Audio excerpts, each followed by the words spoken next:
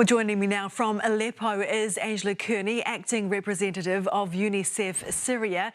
Kia ora, Angela. Thanks so much for speaking with us tonight. It is hard to imagine the scale of loss and devastation over there. Can you tell us what it's like where you are? Yes, so I'm in Aleppo, a really large city, and of course it's full of apartment blocks, and many of them crumbled. The earthquake happened at 4:15 in the morning, in the middle of really cold winter. It was raining, it was freezing yesterday, and so we saw so many children and families out on the street, feeling unsafe to go back to their buildings, and we had many aftershocks. So it was a sense of absolute tragedy and devastation for families, for children who are already traumatized by the war here in Syria, and then this on top has been a real disaster. And the aftershocks, of course, are really scary. Yeah, it's almost unthinkable, isn't it? So the aftershocks are continuing. The weather is also a real threat to life from now on. Yes, because many of the people last night slept out on the streets. The mosques opened up, schools opened up. We have 70 schools in Aleppo city that are now being used as shelters. But of course, many of the schools were also damaged. In these shelters, there are up to maybe 50 to 100 people. And of course, they require clean drinking water, they require food. And of course, in the more medium term, those children will really require our support because they are suffering the trauma. Children are scared here. It is really frightening. As you've alluded to, parts of Syria have already been crippled by the war there. That's no doubt adding to the humanitarian crisis there, isn't it? And to getting help to those people as well?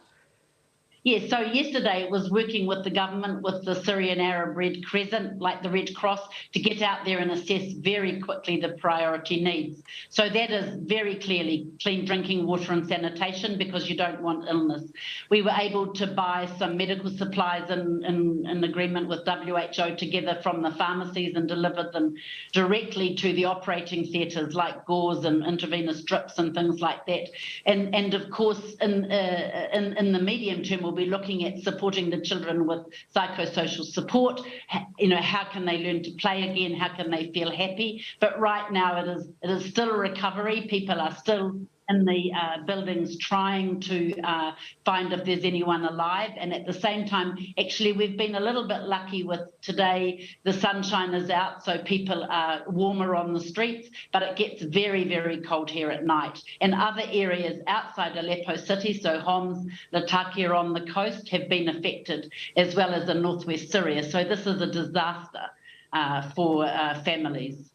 A number of countries have already pledged assistance. What is needed most? I mean, I think what we need is money to buy the supplies close in. So we need, of course, chlorine for the water. We actually have to truck water to some places because in some places the pipes were all broken. We need to support the schools to rebuild as quickly as possible. We need money for the education kit that will need to go in, and of course nutrition. This is a country that already is suffering from war, and so many of the children are really struggling with their nutrition, and so we need to get, you know, high energy biscuits into them. We need to get ready to use food like peanut paste into the children that are already suffering from malnutrition, and make sure that they don't get sick so that we support them as best we can. Angela, thanks so much for your time tonight, and all the best to you and the people you're helping over there. Thank you.